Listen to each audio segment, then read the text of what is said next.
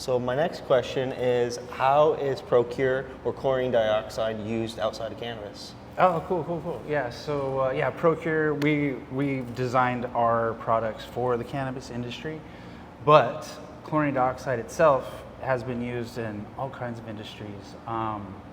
Let's start with maybe the most important that relates to cannabis and the most interesting to me, and it's for cut flowers. So if you use about 5 parts per million in your water for the cut flowers, absolutely extends that shelf life. And I think it's about bacteria in the stems and whatnot, and how it migrates up, things like that. Ethylene production, all that. But for food, we have a fruit and vegetable rinse. So you can, again, extend the shelf life. And we're basically mitigating, the microorganisms that decay food, right? So that's the really light end, so 5 parts per million chlorine dioxide.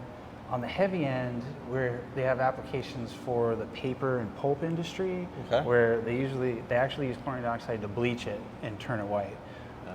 If you use other oxidizers, the peracetic acids, the bleaches, it breaks down that cellulose fiber. So there's chlorine dioxide itself it's an oxidizer, but it's not really strong like your ozone and peroxide, peracetic acids.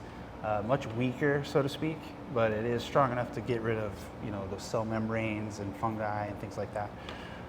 So it's kind of the difference. But so 2,000 parts per million liquid to do that. I mean, we can talk about gas applications where they have post-harvest tomatoes, grapefruits, watermelons, cantaloupe, things like that. They use gas. Gas the whole and if you can house. Imagine, like a rack of tomatoes, right, with all of them stuck in there.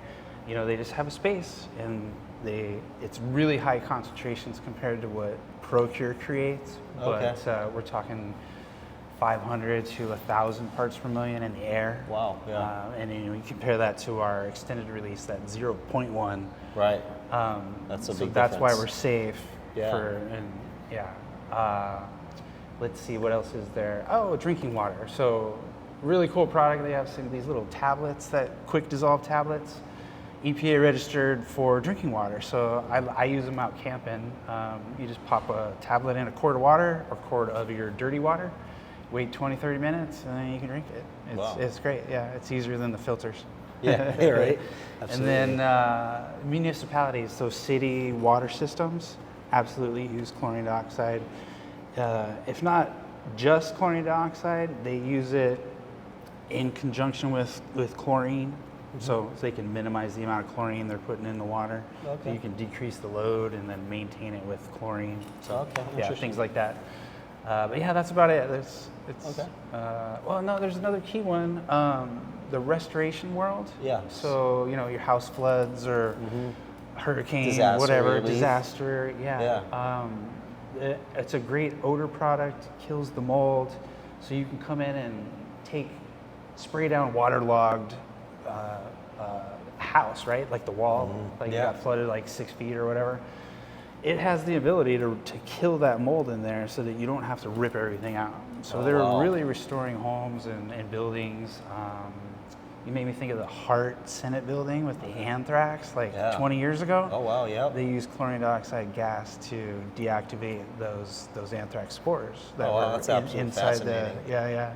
So they tinted off the whole building, and then started pumping gas in there, and it's great. Oh, that's fascinating. So